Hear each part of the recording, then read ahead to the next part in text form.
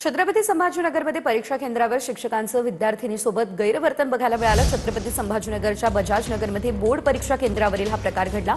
विद्यार्थिनीचा mobile number मिळवून वारंवार phone करून छळल्याचाही आरोप आहे। प्रकरण समोर येताच संतप्त नातेवाईकांनी शिक्षकाला चोप दिला। शिक्षकाला चोप देतानाचा व्हिडिओ सोशल मीडियावर चांगलाच व्हायरल झाला। शिक्षकाकडे मागतो, कोणाकडे? शिक्षकाकडे। तू कोण आहे? शिक्षक। तू विद्यार्थी आहे? मग तू कसा नंबर दिला? नंबर कस दिला? नंबर काय ठेवलं तुला? नंबर काय उद्देश? काय उद्देश? नंबर कस दिला? काय उद्देश? दादा त्याला व्हॉट्सअप काय रे प्रॉब्लेम आहे?